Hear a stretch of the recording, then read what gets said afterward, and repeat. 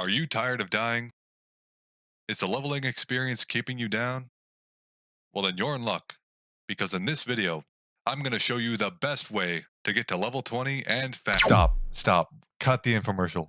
Listen, you want to learn how to quickly get to level 20, right? Then I'll show you.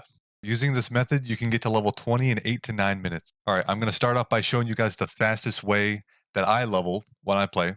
So, we spawn in at the beach, like so, and then I tend to head towards the forest. I don't really worry about the beach, just head towards the forest. It'll take you a few seconds to get in there. Once you're there, head left or right, doesn't really matter. I tend to head towards the right because you want to migrate towards the northeast region for later. And while you're there, just kill everything you can. You want to do this from levels 1 to 4 or 1 to 5. In the gameplay here, I'm using no pet, so this is completely accessible to you guys. Doesn't matter what your pet level is, it's going to be more than not having a pet. So, all right, once you're level 5, you should have already seen maybe some bears, some dwarves, and some horned drakes running around. Those are the dragon-looking guys.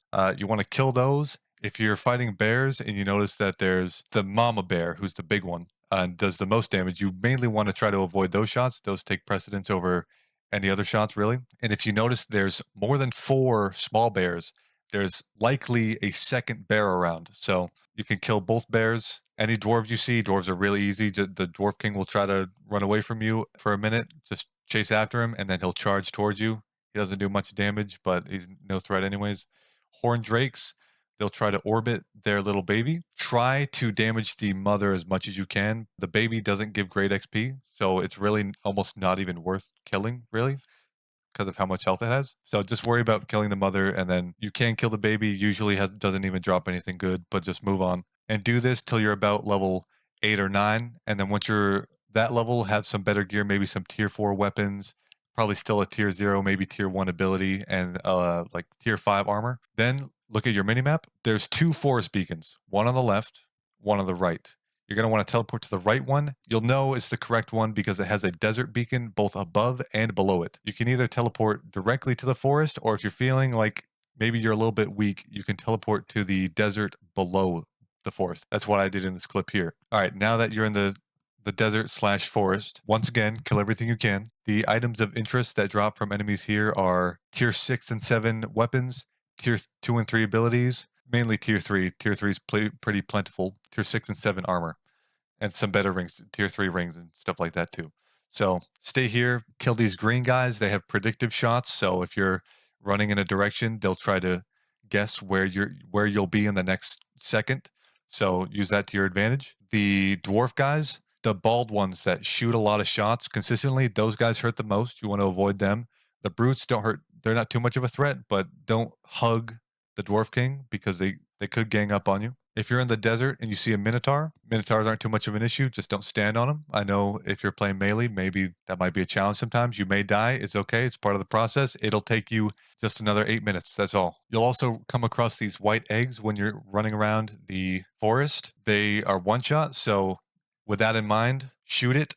Wait a second. If you have an ability that damages, right after you shoot it, pop your ability, and it will do a ton of damage. If not, just kill the enemy outright as soon as they pop out of the egg. You'll also come across centaurs. Really easy kill, really good XP, really good loot. Always kill centaurs when you can.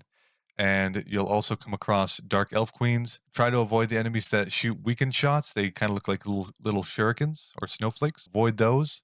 Don't sit too close because she does shoot a shotgun-like effect. But she usually drops some pretty good loot and has really good XP. So you're level 13, 14 now. You've got hopefully a tier 3 ability, tier 6 weapon. Armor doesn't really matter that much. Hopefully a decent ring. Now, from the forest, head northeast into the Haunted Hollows biome. Once you're in the Haunted Hollows biome, try to avoid the bigger enemies like the beholder-looking enemies and mainly the werewolves. They're pretty threatening. You want to focus enemies that don't have a lot of HP. So ghost gods are pretty weak. For melees, it's harder, but they're pretty weak. And then there's a few other enemies. What you're mainly here for is the skeletons. There's these little skeletons. They're very frail. They still drop good stuff. And most importantly, they give you the same amount of XP as any other enemy in the biome.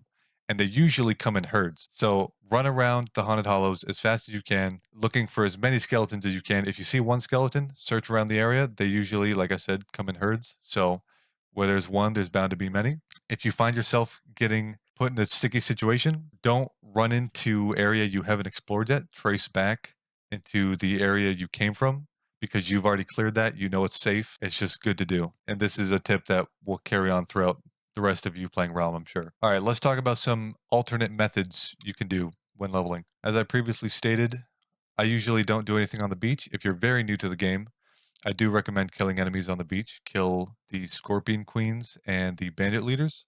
There's also a new pirate guy, and there's these little dig spots on the beach as well. They're marked with a big X, and if you stand on them, these little particles will come up, and then crabs will start flying out. You got to kill the crabs, and then after that, chest spawns. You kill the chest, and it gives you some loot. I actually don't recommend going into any dungeons, at least if you're just trying to level. If you're trying to also prepare for what's after level 20, I do recommend doing spider dens and and you don't need to do forest mazes. The only real reason to do them is for speed sprouts, which give you speedy for 5 seconds. Can really help with rushing specific dungeons. Maybe if a dungeon's too hard for you to rush with a speed sprout, you might be able to rush it. Find yourself in a tricky spot. But spider dens, I definitely recommend because spiders drop a really strong healing consumable called healing ichors. They heal 150 HP and can stack up to 5. Instead of going to the forest, you could also go to the plains. The plains there is very simple. There's robots and these things called urgles. They're like big blob creatures with eyeballs. The robots give really good XP, give the same type of loot that the other forest enemies give. The only problem is that urgles are kind of annoying, and if you don't have a pet, can be pretty punishing, especially if your positioning isn't great. So kill the cyborg looking guys.